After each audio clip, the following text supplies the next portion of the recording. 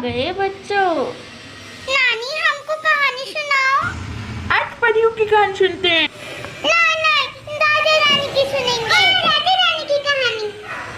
तो चलो ठीक है, आज मैं तुमको राजा रानी की ही कहानी सुनाऊंगी। एक बड़े से महल में एक राजा राज करता था, जिनकी 3 पुत्रियां थी। पहली पुत्री का नाम था राजकुमारी स्वर्णा, और दूसरी पुत्री का नाम था राजकुमारी गायत्री, और तीसरी पुत्री का नाम था राजकुमारी वेदिका।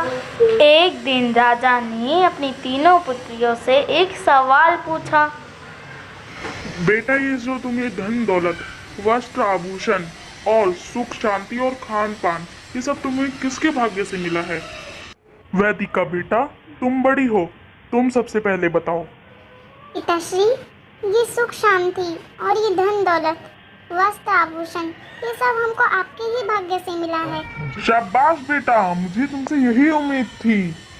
गायत्री बेटा, अब तुम बताओ, तुम्हें ये सब किसके भाग्य से मिला है? पिताश्री, ये सब हमें आपके ही भाग्य से मिला है। ये धन दौलत और ये ऐशो आराम की जिंदगी, ये सब हमें आपके भाग्य से ही तो मिला है।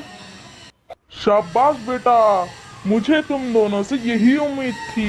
स्वर्णा बेटा, अब तुम बताओ, ये सब तुम्हें किसके भाग्य से मिला है? पिताश्री, ये सब मुझे मेरे ही भाग्य से ही मिला है।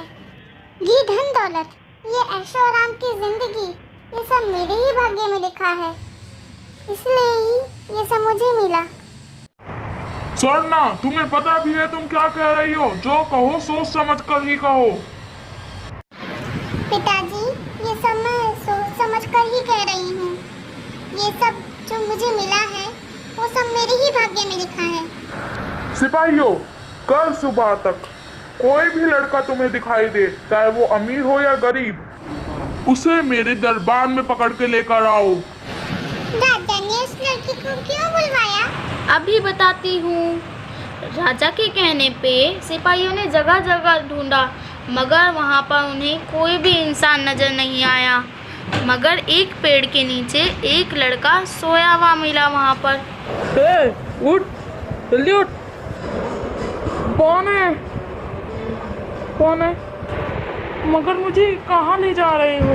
अब हमसे ज्यादा सवाल मत करो, तुम्हें राजा जी ने अपने दरबार पे बुलाया है। चल, अब जल्दी खड़ा हो। हाँ, हो रहा हूँ।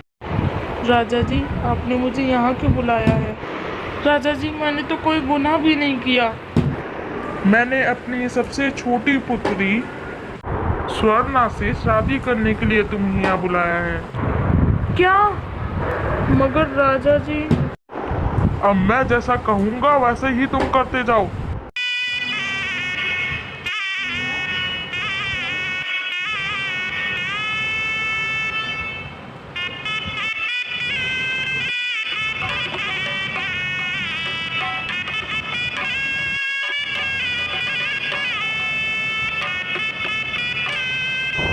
अब मेरे पास तुम्हें देने के लिए कुछ भी नहीं है, तुम्हें तो अपने भाग्य से ही मिलेगा।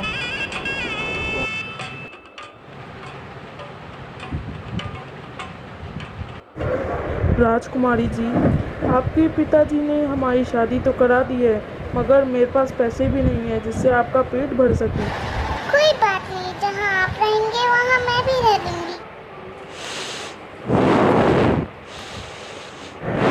स्वर्णा, स्वर्णा, स्वर्णा, जल्दी उठो। स्वर्णा, स्वर्णा। कौन है? कौन है यहाँ? कौन है?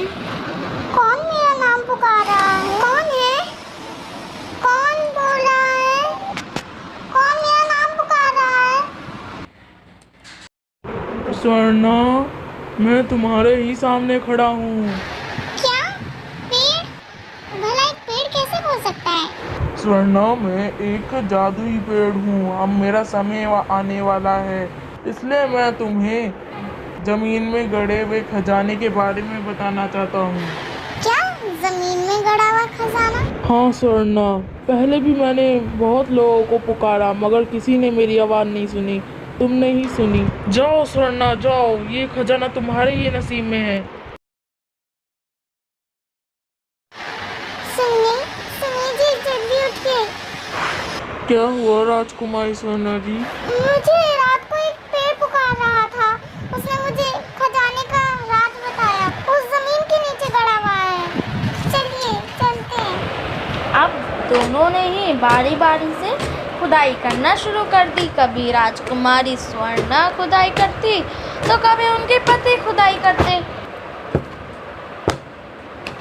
आप थक गए होंगे, आप थोड़ी देर बैठ जाइए, आराम कर लीजिए।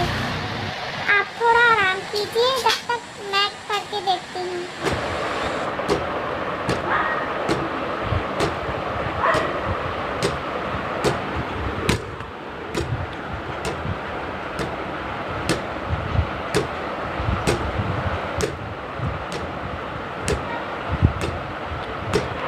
स्वर्णा जी आप बैठ जाइए, मैं कर लेता हूँ।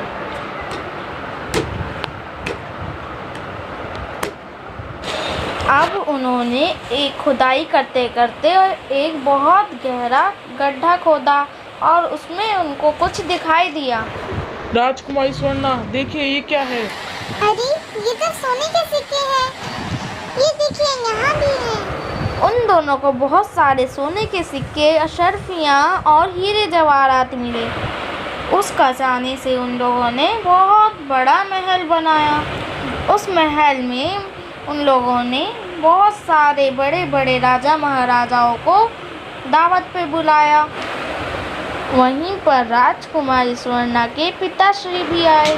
पिताश्री के आने की खुशी में रानी स्वर्णा दौड़ी दौड़ी वहां पहुंची और पिताश्री के गले लग गई। पिताजी आप आ गए, मैं बहुत खुश हूँ। मुझे माफ कर दो बेटा, मैं गलत था।